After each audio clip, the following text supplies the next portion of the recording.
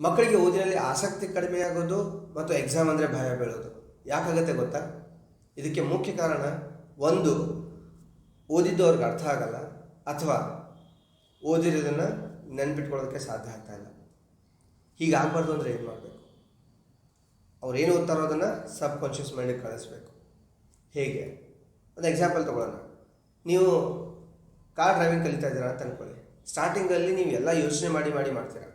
ಒಂದ್ಸಲ ಡ್ರೈವಿಂಗ್ ಕಲ್ತ್ಬಿಟ್ರೆ ಆಮೇಲೆ ಯಾವ ಸ್ಪೀಡಿಗೆ ಯಾವ ಗೇರ್ ಹಾಕಬೇಕು ಅಂತ ಯೋಚನೆ ಮಾಡೋ ಅವಶ್ಯಕತೆ ಇದೆನಾ? ಇಲ್ಲ ತಾನೆ? ಯಾಕಂದರೆ ಅದು ಪೂರ್ತಿಯಾಗಿ ನಿಮ್ಮ ಸಬ್ ಕಾನ್ಷಿಯಸ್ ಮೈಂಡಿಗೆ ಹೋಗಿರುತ್ತೆ.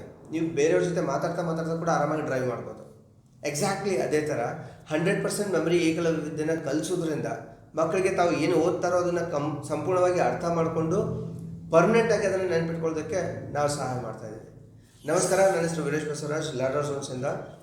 ಸಾಕಷ್ಟು ವಿದ್ಯಾರ್ಥಿಗಳಿಗೆ, ನೂರಾರು ವಿದ್ಯಾರ್ಥಿಗಳಿಗೆ 100% ಮೆಮರಿ ಏಕಲವ್ಯ ವಿದ್ಯೆಯನ್ನು ಕಲಿಸಿ ಅವರು ಏನೆಲ್ಲ ಓದ್ತಾರೋ ಅದನ್ನು ನೆನ್ಪಿಟ್ಕೊಂಡು ಯಾವಾಗ ಬೇಕೋ ಆವಾಗ ಅದನ್ನು ರೀಕಾಲ್ ಮಾಡಿಕೊಂಡು ಅವರು ತಮ್ಮ ಅಕಾಡೆಮಿಕ್ ಕರಿಯರಲ್ಲಿ ತುಂಬ ಒಳ್ಳೆ ರೀತಿ ಪರ್ಫಾರ್ಮ್ ಮಾಡೋದಕ್ಕೆ ನಾವು ಹೆಲ್ಪ್ ಮಾಡ್ತಾ ಇದ್ದೀವಿ.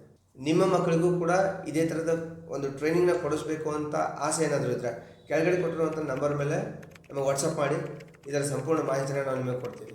ಒಳ್ಳೆಯ ಸುದ್ದಿ ಏನಂದರೆ ಈಗ ಇದು ನಿಮ್ಮ ಬಿಜಾಪುರದಲ್ಲೇ ಅವೈಲೇಬಲ್ ಇದೆ.